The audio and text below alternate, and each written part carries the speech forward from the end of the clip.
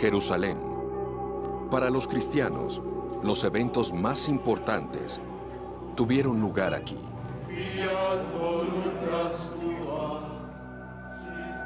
La Biblia dice que en esta ciudad fue donde Jesús vivió los últimos días y fue crucificado.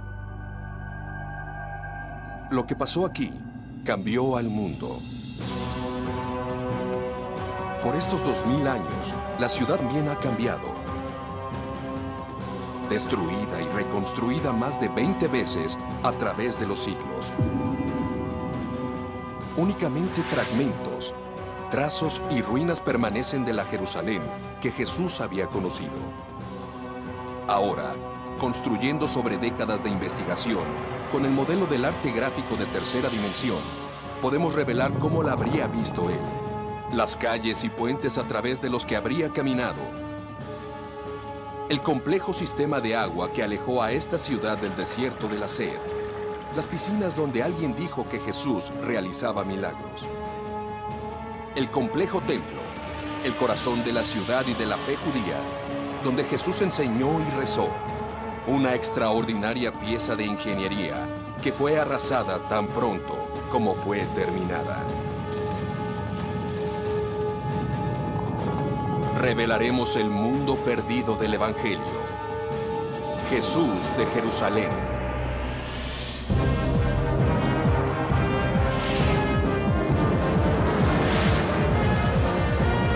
Mundos perdidos. La ciudad sagrada de Jesús.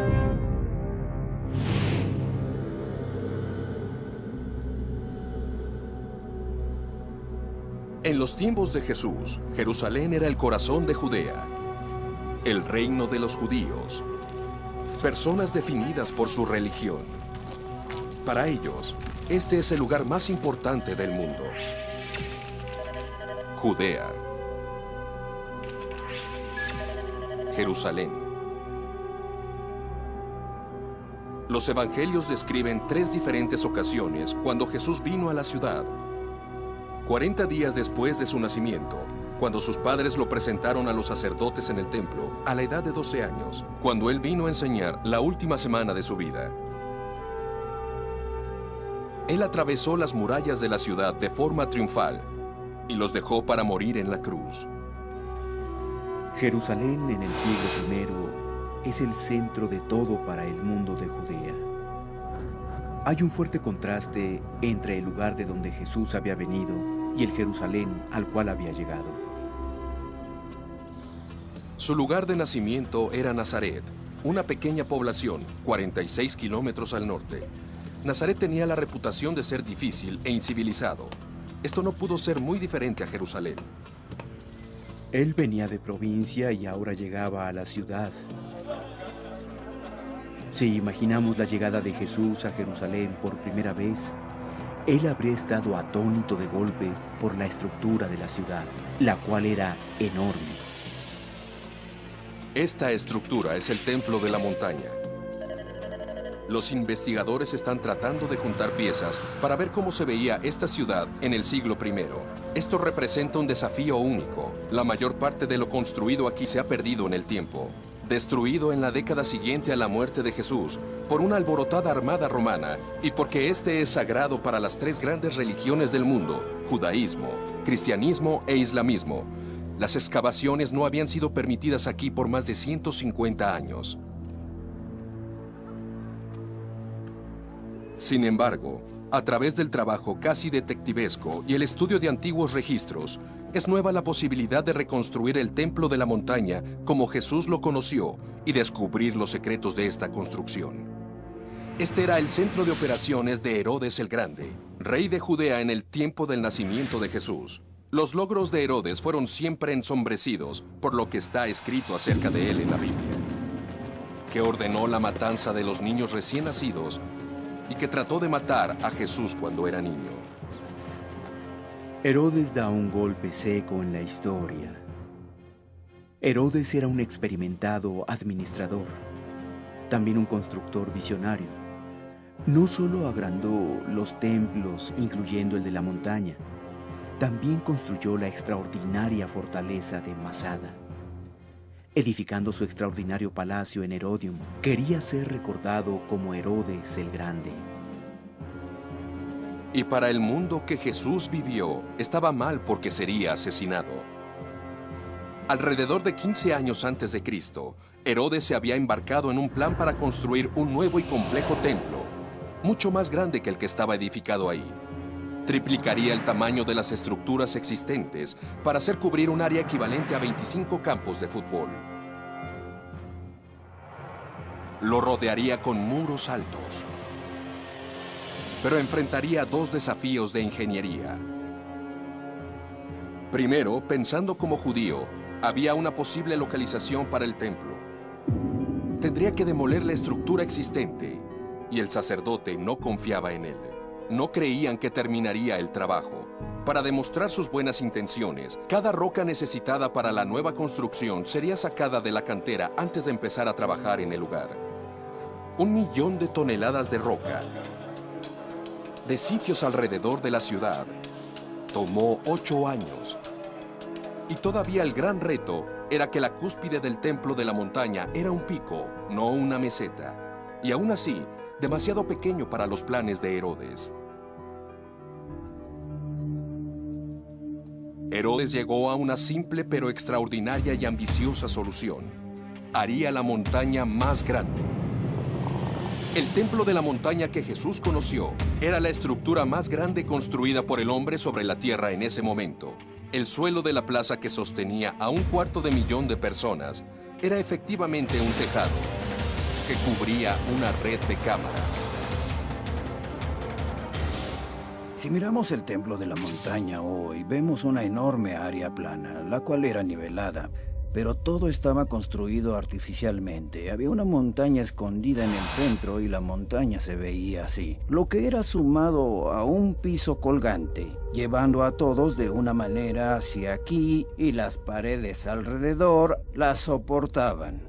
¿Cómo hacer que el piso resistiera? Haciendo soportes con demasiados arcos, bóvedas construidas por abajo. En la esquina suroeste del templo de la montaña hay 4 niveles de arcos haciendo cuartos abovedados.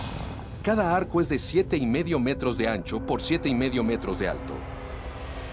La técnica de la construcción de arcos era muy conocida en los tiempos de Herodes. Los romanos usaron esto extensivamente.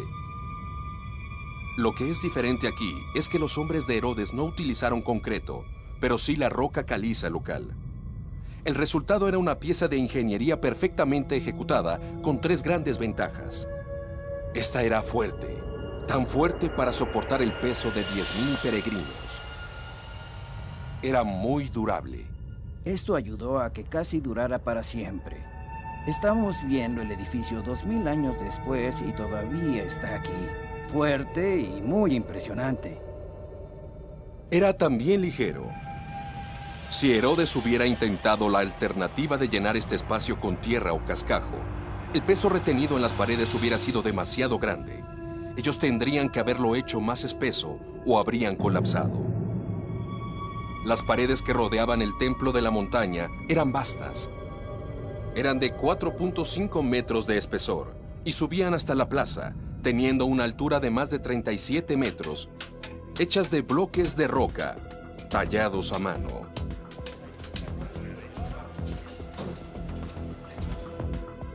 El templo de la montaña tiene alrededor de 1.5 kilómetros de circunferencia, así que podemos decir que una simple capa de roca, si esta era únicamente de roca espesa, sería de 800 a 1000 piezas.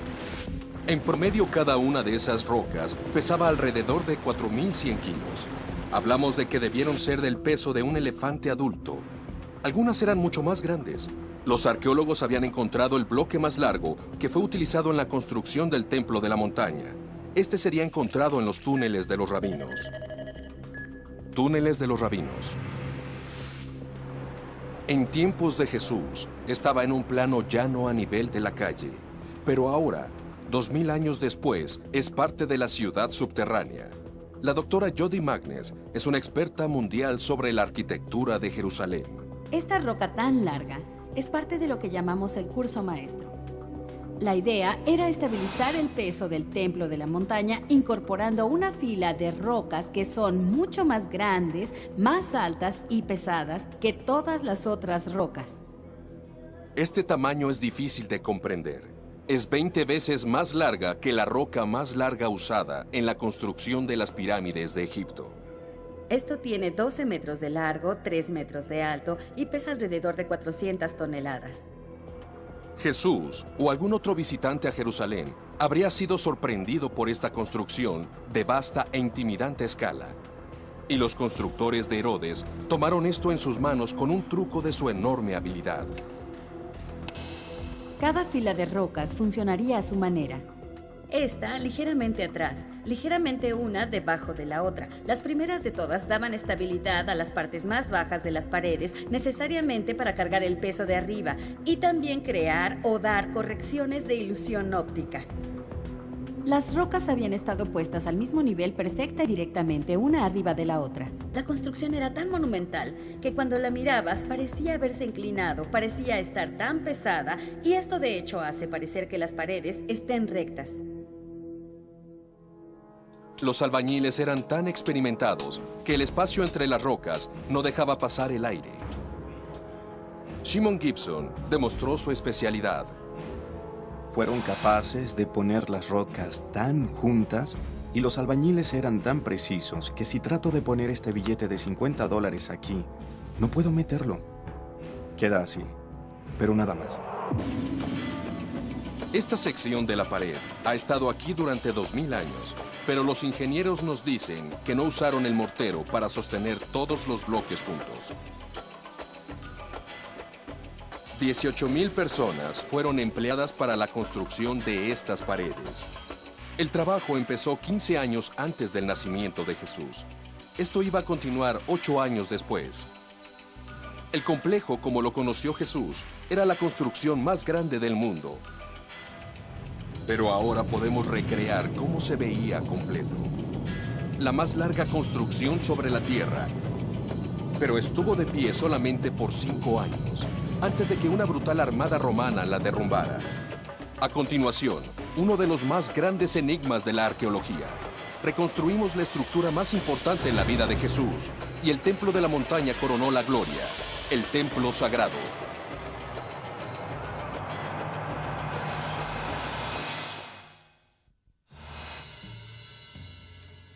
De acuerdo con el Evangelio de San Marcos, Jesús señaló hacia la construcción del templo de la montaña en Jerusalén y dijo: «¿Ven esas grandes construcciones? No quedará piedra sobre piedra que no sea derrumbada». 40 años después, esas palabras probaron ser proféticas. La armada romana suprimió una revuelta judía destruyendo el templo. El resultado de los investigadores modernos es uno de los más complicados desafíos de la arqueología bíblica. Para recrear el templo sagrado que estuvo de pie en medio del templo de la montaña. Esto habría tomado el trabajo de generaciones de científicos y estudiosos para construir una imagen de lo que Jesús había visto cuando vino aquí. Entrando en el templo de la montaña, él se movería a través de una serie de cortes o espacios abiertos. Pasaría un señalamiento escrito en griego, advirtiendo a todos los extranjeros, es decir, no judíos, que si pasaban más allá de cierto punto serían sentenciados a morir. Entonces estarían en la corte de las mujeres, el último lugar en que a una mujer se le permitía estar. Esto era en el exterior de la corte del templo o santuario. En la cima de 15 escalones semicirculares estaba un hermoso puente que dirigía a la corte de las israelitas y abierto únicamente para el ritual de purificación de las mujeres judías. Jesús no habría podido ir más allá de ese punto porque en el templo únicamente los sacerdotes podían entrar y en el sagrado de los sagrados, atrás del templo, únicamente podía entrar el sumo sacerdote una vez al año, el día de la expiación. Reuniendo las piezas de evidencia escrita, es posible establecer cómo se veía este exterior del santuario tan celosamente guardado. Los arqueólogos tienen que calcular la altura del santuario del templo, comparando la estructura que está allí ahora, el domo musulmán de la roca. el hermoso edificio islámico que hay exactamente a la mitad de la altura del templo de Herodes en el tiempo de Jesús. Así que esta estructura cavernosa estaba a la altura de un edificio de oficinas de 15 pisos. Nuestros investigadores quieren saber cómo fue que los constructores del templo pudieron levantar semejante edificio con las primitivas herramientas y dispositivos disponibles en tiempos de Jesús. Está claro que habrían requerido de un vasto poder humano. Los registros dicen que cada roca del edificio había sido considerada como sagrada, por lo que 1000 sacerdotes fueron entrenados como albañiles. El Dr. Guy Stable piensa que puede identificar la evidencia de la cantera. Una de las cosas sorprendentes es que la cueva está preservada y es muy fresca. En una cueva bajo tierra, a 3 kilómetros de Jerusalén, él encontró una serie de marcas de cincel, las que concuerdan con la forma exacta de las piedras usadas para construir el templo de la montaña de Herodes. Puedes ver muy claramente una línea horizontal aquí y otra línea que baja, y también su antigüedad. Básicamente usarían algo como un pico, cortando ranuras, y entonces usaban la barra para nivelar o detallar la roca de las paredes de la cueva y removerlas. Algunas de esas herramientas son todavía usadas hoy en día. Pero en el tiempo de Jesús, los trabajadores no tenían camiones o removedores de tierra. Pueden ver muy claramente de dónde vienen las marcas de cincel. Esta es una perfecta línea recta.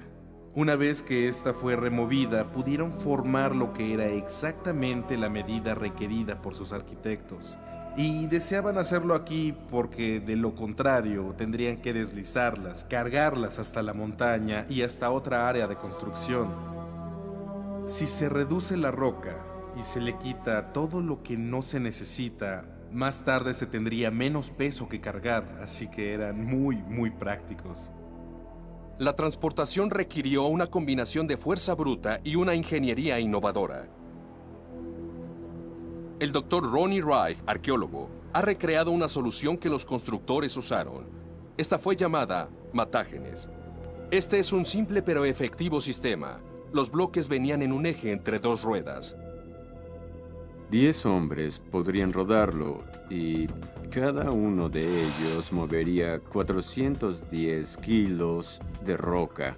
Este es el curso de una carga que una simple persona no podía cargar por sí sola. Así que con este dispositivo era fácil moverla. Cuando las rocas habían sido llevadas al sitio, todavía tenían que maniobrar en el lugar. En promedio cada una pesaba por lo menos 10 toneladas, pero grúas muy rudimentarias fueron usadas para levantarlas. Aquí habrían construido un tripié con cuerdas y poleas, y las cuerdas podrían levantar con niveles. Con 8 hombres trabajando podríamos levantar esta roca 1, 2 o 3 metros de alto y luego bajarlas fácilmente. Luego habría sido magnífico. Pero un aspecto de la construcción del templo siempre ha sido un misterio. El escritor Josefo dice que el templo fue cubierto por mármol y oro y que a la distancia parecía una capa de nieve en la montaña reluciendo con el sol. Pero algunos investigadores modernos encontraron esto difícil de creer. Y la razón es que no había mármol en Jerusalén. En la antigua Palestina no existía y todo habría sido importado de otros lugares como Turquía o Grecia. Y tenemos muy poco mármol importado para el país en los tiempos de Jesús. No es hasta más tarde que el mármol empezará a ser importado en pequeñas cantidades. Hillel Heba tal vez encontró la respuesta. Muy profundo, debajo del nivel de las calles del Jerusalén contemporáneo, excavó las preservadas ruinas de la casa de una persona rica.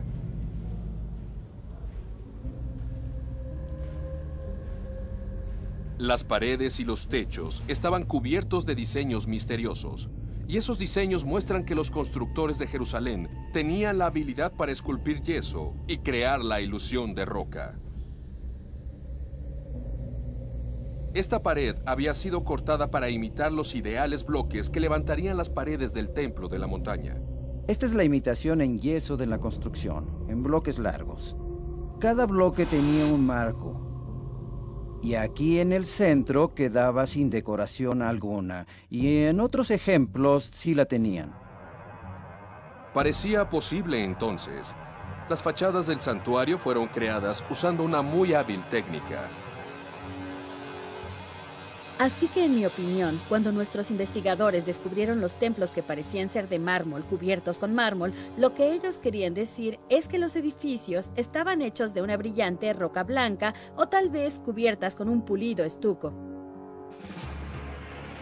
Podemos mostrar cómo se veía el templo cuando Jesús vivió.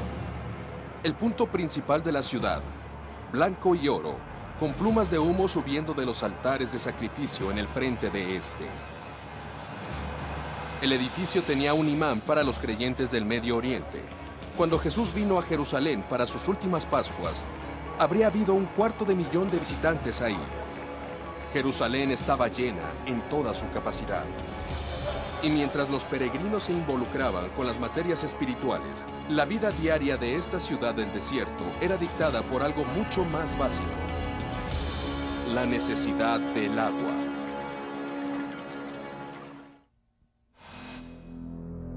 La tradición nos cuenta que una semana antes de su muerte, Jesús entró triunfante en la ciudad de Jerusalén. La muchedumbre corría para darle la bienvenida, cantando y ondeando sus manos. Muchas de las personas eran seguidores, pero la ciudad estaba llena de personas que venían para celebrar las fiestas de la Pascua. La población normal de Jerusalén en los tiempos de Jesús probablemente estaba por debajo de los 30,000. Y durante el tiempo de los festivales, específicamente el Festival de la Pascua, podemos imaginar que pudo haber sido 10 veces mayor. Tal vez habrían sido unas 300,000 personas. Para ese tiempo, Jerusalén tenía la población con más rápido crecimiento en el Medio Oriente. Esta recibía cerca de 1 millón de visitantes al año. Nuestros investigadores han estado tratando de construir una imagen de cómo se había visto la ciudad y cómo era ocupada por esta masiva afluencia de personas. Algunos de los beneficios parecían positivos. Los peregrinos traían riqueza. La construcción del templo generó en sí mismo o creó mucho dinero. Las personas venían a Jerusalén. Los peregrinos tendrían que gastar mucho dinero en comida, alojamiento, regalos y recuerdos del recorrido. Y claro, la paga del impuesto del templo y también el pago de los sacrificios. Décadas de excavaciones profundas a lo largo de la pared oeste del templo habían cubierto los restos de las calles, 9 metros de ancho y 900 metros de largo, lo cual funcionaba como un centro comercial. Es conocido como la calle de Herodes. Jesús debió haber caminado ahí. Esta es la calle principal de Jerusalén. Imaginen el gran número de personas viniendo para comprar y vender cosas en las variadas tiendas a lo largo de la calle y todos los que venían como peregrinos. Esta es la tierra de Jerusalén. Algunos arqueólogos llaman a este lugar Wall Street, reconociéndolo como el corazón financiero de la ciudad. Han tenido que reunir las piezas de la evidencia física de la cercana relación entre esos intereses comerciales y la vida espiritual del templo. La examinación de la pared en el extremo sur de la calle revela los restos de un arco. Es conocido como el Arco de Robinson. Con más de 15 metros de alto y con un arco de no menos de 12 metros, está lo que serviría como una de las entradas principales del templo. Y las construcciones en la base, contra las paredes del templo de la montaña, habrían sido tiendas que les vendían cosas a los peregrinos. Esta área, la que se encuentra debajo, te llevaría hacia las grandes escaleras que daban atrás de lo que llamaban el Arco de Robinson. Todo lo que uno puede imaginar es esto, lleno de comerciantes y todas esas personas dirigiéndose al templo. Mientras a lo largo del camino había buhoneros diciéndoles: compre esto, compre aquello. Jesús debió haberse encontrado con una escena como esta mientras entraba al templo. Furioso por ello, se propuso confrontar a las autoridades por primera vez. Dicen que se abría camino dentro del área llamada la Corte de los Gentiles. Cada mujer judía tenía que pagar 2 shekels del impuesto del templo. Y se necesitaba una moneda especial que podría ser únicamente comprada de los centros cambiarios cercanos al lugar. y estos tenían reputación de corruptos. Puedo imaginar que cambiar monedas que te podrían llevar al fraude para tomar ventaja de la gente inocente del campo, de los que no vivían en una gran ciudad. Y probablemente Jesús estaba viendo y observaba a las personas que estafaban, y esto lo hacía enojar. Esta es la ocasión de la que hablan los evangelios, cuando Jesús dijo que había mostrado su rabia. Fue demasiado lejos, dentro del recinto del templo hasta donde Jesús le concierne. ¡Salgan de aquí! Hizo un látigo y golpeándolos, fue alrededor de las mesas y dijo: ¿qué están haciendo? Están convirtiendo la casa de mi padre en una cueva de ladrones. Pero si los peregrinos daban a la ciudad ingresos, también tenía que proporcionarles algo. Y el recurso más valioso en Jerusalén era el agua. Jerusalén era y es una ciudad del desierto, y está a 750 metros sobre el nivel del mar. El río más cercano está a 40 kilómetros de distancia. ¿Qué hacían todas esas miles y miles de personas que querían tomar agua? Había 30 depósitos de agua de lluvia alrededor de la ciudad. El más largo volumen sostenido de agua equivalente a 20 piscinas olímpicas. Y todavía podrían abastecer la demanda. Se habrían apiñado alrededor de los depósitos esperando un turno, porque no había tantos y había muchos peregrinos. La gente no solo necesitaba el agua para sus propósitos domésticos. Necesitaban una gran cantidad de agua para sus propósitos de purificación. Debían estar purificados con el ritual para poder subir al templo y visitarlo. Como parte de una observación religiosa cotidiana, y particularmente antes de ir al templo, se le requería a cada judío que se purificara con rituales de lavado, los que eran llamados de agua viviente. En Jerusalén había muchas albercas diseñadas para este propósito, llamadas mikvahs. Estaba la más grande y ocupada de estas, la piscina de Siloam, donde se dice que Jesús realizó uno de sus últimos milagros. En el Evangelio de Juan, escuchamos la historia de que él sanó a un hombre ciego. Tomó algo de tierra, escupió en ella y frotó sus ojos y le dijo: ahora ve, lávalos en la piscina de Siloam. Esta era la oportunidad de descubrir durante el trabajo de los ingenieros sobre una cercana cañería que llevó a Ronnie Reich a un punto de la localización precisa de la alberca, y así entender justamente qué tan grande era la piscina de Siloam. Alimentada únicamente por las guías naturales de Jerusalén, en un túnel de 600 metros de largo, se piensa que habría cubierto 20,000 pies cuadrados. Si Jesús sanó a un ciego y tuvo testigos aquí, entonces la historia de este aparente milagro habría sido escuchado por cientos y esparcido a lo largo de Jerusalén. Esto era un desafío público para las autoridades de la ciudad. A continuación, empezaremos a trazar los lugares en donde la confrontación final pudo ocurrir.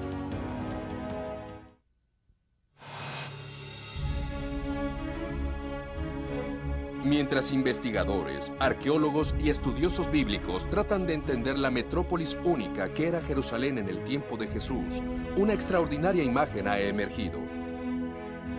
Esta es una ciudad del desierto, obsesionada por agua, donde la materia espiritual gobierna cada aspecto de la vida diaria, donde prácticamente la innovación en ingeniería se aúna al misticismo, donde se lleva a cabo un gran festival religioso, en donde la muchedumbre llenaría los puntos clave de la ciudad.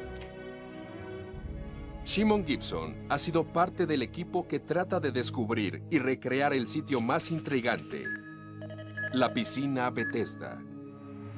Situada en la parte norte del complejo templo, esta piscina que, de acuerdo con el Evangelio de Juan, Jesús tomó a un paralítico, lo paró de su cama y lo hizo caminar. Los arqueólogos han cavado 12 metros a través de 2000 años de cascajo para descubrir el lugar que Jesús había visto. Lo que es tan fascinante es que antes de que él hubiera estado aquí, se decía que esta piscina tenía poderes de sanación.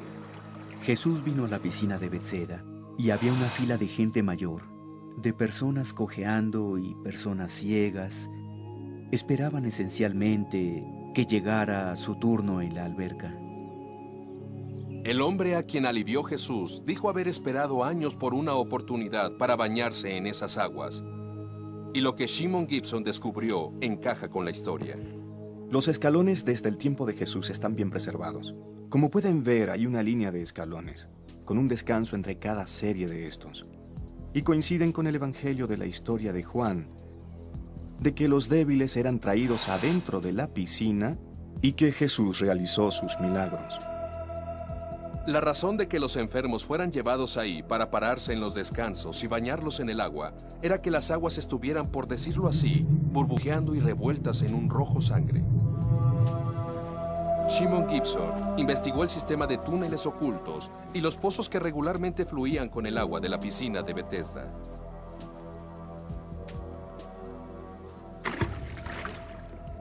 Esto era lo que producía la famosa alberca burbujeante. Esta es el área de las compuertas y tenemos dos entradas, una más grande en la parte alta y otra más pequeña en el fondo. Las compuertas daban preciso control a la profundidad del agua en la piscina, fluyendo vía vertical, hundiéndose hasta 15 metros de roca.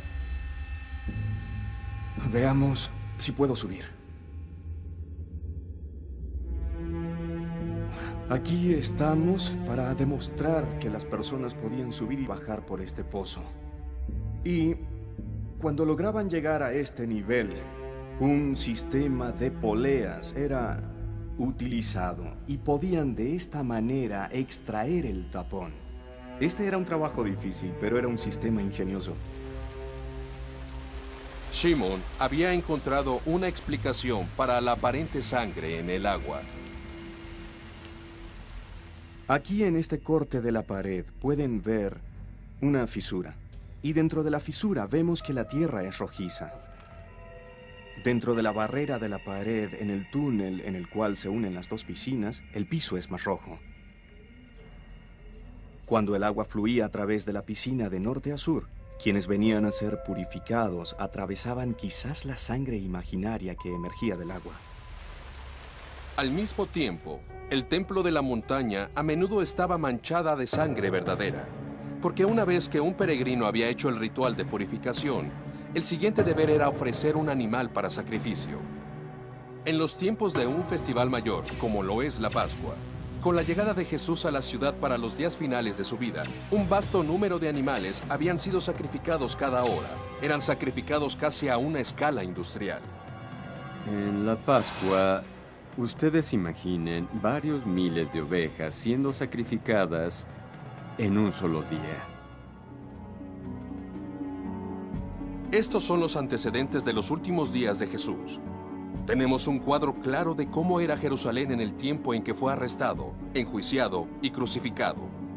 Pero mucha gente quería tratar de llegar todavía más cerca, al punto principal de estos eventos. No solo los historiadores y arqueólogos. Cada año cientos de miles de peregrinos visitan la ciudad con la esperanza de caminar por donde caminó Jesús. Pero por encima de las 2000 reconstrucciones y cambios, la ciudad ha crecido y así también las historias, haciéndose difícil separar los mitos. Un claro ejemplo es el sitio donde Jesús comió la cena de Pascua. La forma en que se dice que partió el pan ha formado un estereotipo para el servicio cristiano desde entonces. ¿Y por qué tanta gente viene a este cuarto, el Cénica, o cuarto superior en el Monte Sión? Porque ellos creen que sucedió aquí.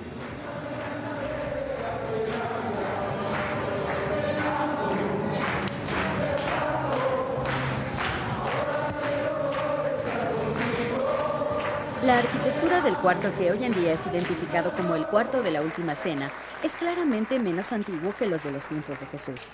Los arcos o las bóvedas de los cuartos, los cuales son cruzados, son diferentes en estilo.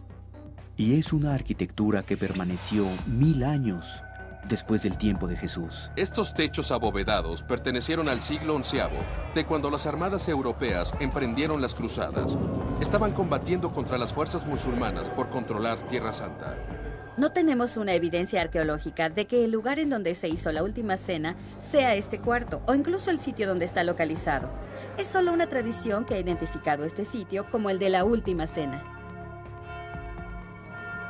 Este sitio está localizado en una de las iglesias de los principios de la iglesia cristiana, pero también había sido una mezquita, organizado por otros anfitriones. Probablemente la última cena fue en una de las casas privadas de Jerusalén. Esto habría sido visto completamente diferente por la iglesia. Porque habría sido en una simple casa. El descubrimiento habría sido simplemente un techado de vigas de madera, y nada como los arcos y las bóvedas que se ven el día de hoy. El Evangelio dice que después de la última cena, Jesús fue con 3 de sus discípulos al jardín de Getsemaní. Otra vez, es difícil acertar la localización precisa, pero está claro que este es lo que ahora llamamos el Monte de los Olivos. Getsemaní significa presa de olivos. El jardín de Getsemaní parecía ser un pequeño enclaustramiento. Hacia arriba está lo que hoy conocemos como el Monte de los Olivos, al noreste el Templo de la Montaña, al noroeste la ciudad. Y este parece ser el lugar en el cual Jesús fue a rezar una noche antes de que fuera capturado. Después de una noche de meditación, fue arrestado a petición de las autoridades del templo. Aparentemente Jesús fue aprehendido en el jardín de Getsemaní antes del amanecer en las horas más oscuras de la madrugada. Y la pregunta es, ¿a dónde fue llevado? Este es el reto final de los investigadores, el mapa de la secuencia de los eventos conocidos como la Pasión de Cristo. 2000 años después, tratarán de retroceder el camino que llevó a la crucifixión a Jesús.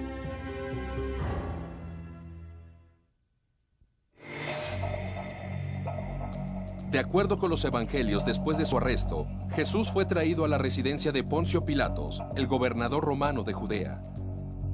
Esto tiene sentido histórico. El Imperio Romano tenía un asentamiento firme en esta ciudad. Una gran decisión política, como la ejecución de un aparente rebelde o un revolucionario como Jesús, habría sido hecha por el representante de Roma. Otra vez, la tradición se ha atado a sí misma en un lugar en particular, como el lugar donde Jesús fue golpeado, desfiló ante la muchedumbre y fue sentenciado. Generaciones de peregrinos han dicho que sucedió en el fuerte de Antonia. Antonia era el cuartel general de la guarnición de soldados romanos estacionados en Jerusalén.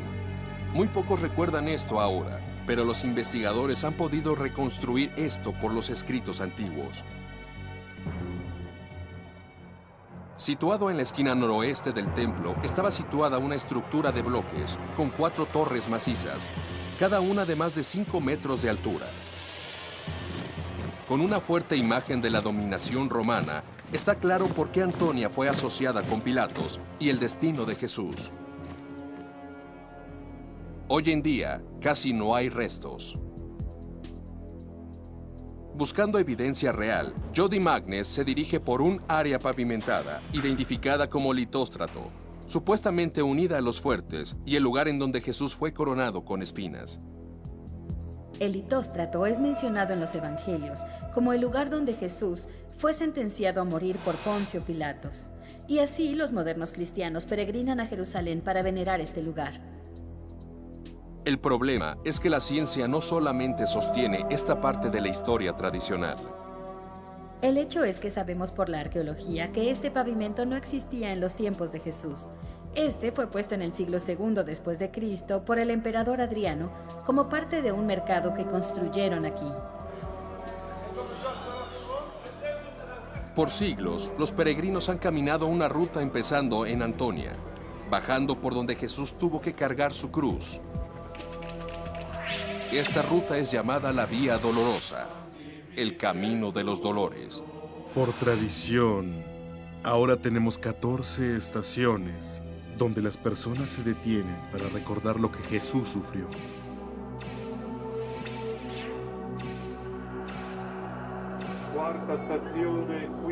Pero hay muy poca probabilidad de que sea la ruta verdadera.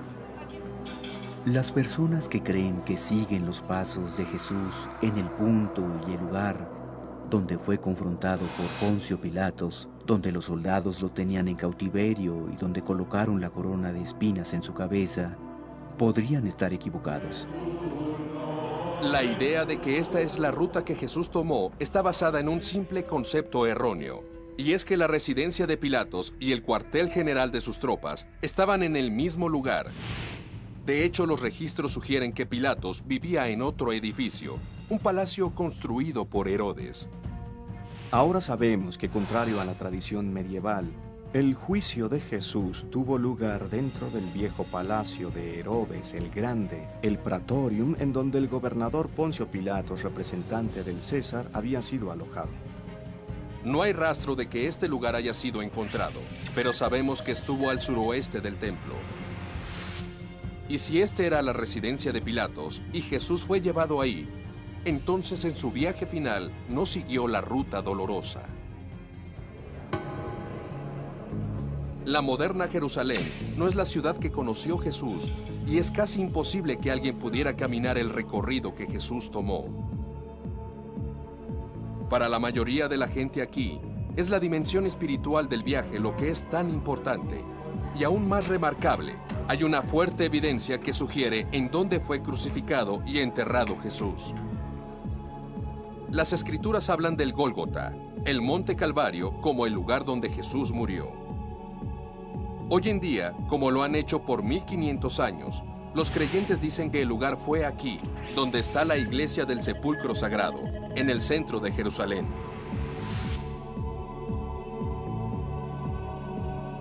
Se piensa que este lugar se convirtió en una iglesia 350 años después de la muerte de Jesús.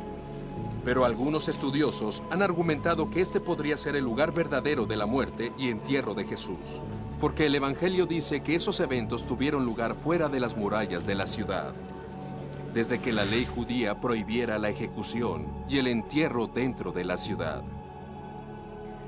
En el caso de Jerusalén, la configuración era diferente en ese entonces, y el Gólgota estaba fuera de la ciudad en el tiempo de Jesús, pero con el curso de los años ahora está dentro de los límites de la ciudad. Lo que sabemos ahora, basado en las excavaciones arqueológicas, es que el área de la iglesia del Sepulcro Sagrado, en particular la rotonda, era parte de un gran cementerio. En otras palabras, esta era un área que estaba más allá de las paredes de la ciudad. En un lugar del borde de la iglesia, Jody Magnus encontró pruebas de que los entierros tuvieron lugar en este sitio hace 2000 años. Lo que vemos aquí es un ejemplo de una típica tumba judía en Jerusalén en el tiempo de Jesús. Estas tumbas eran típicamente cortadas en la roca, con nichos o cuevas excavadas dentro de las paredes de las cámaras de entierro.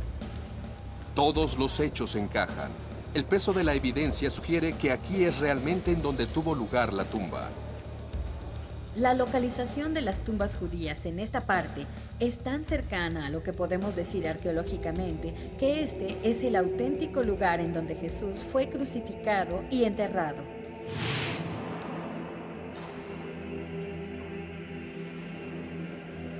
Jerusalén es una extraordinaria ciudad ahora, y podemos reconstruir una detallada imagen de cómo era hace 2000 años. Somos capaces de reconstruir el siglo I de Jerusalén física y espiritualmente. Algunos de estos restos que tenemos que excavar están escondidos en la tierra, pero otros están bajo una parte central de la ciudad de Jerusalén.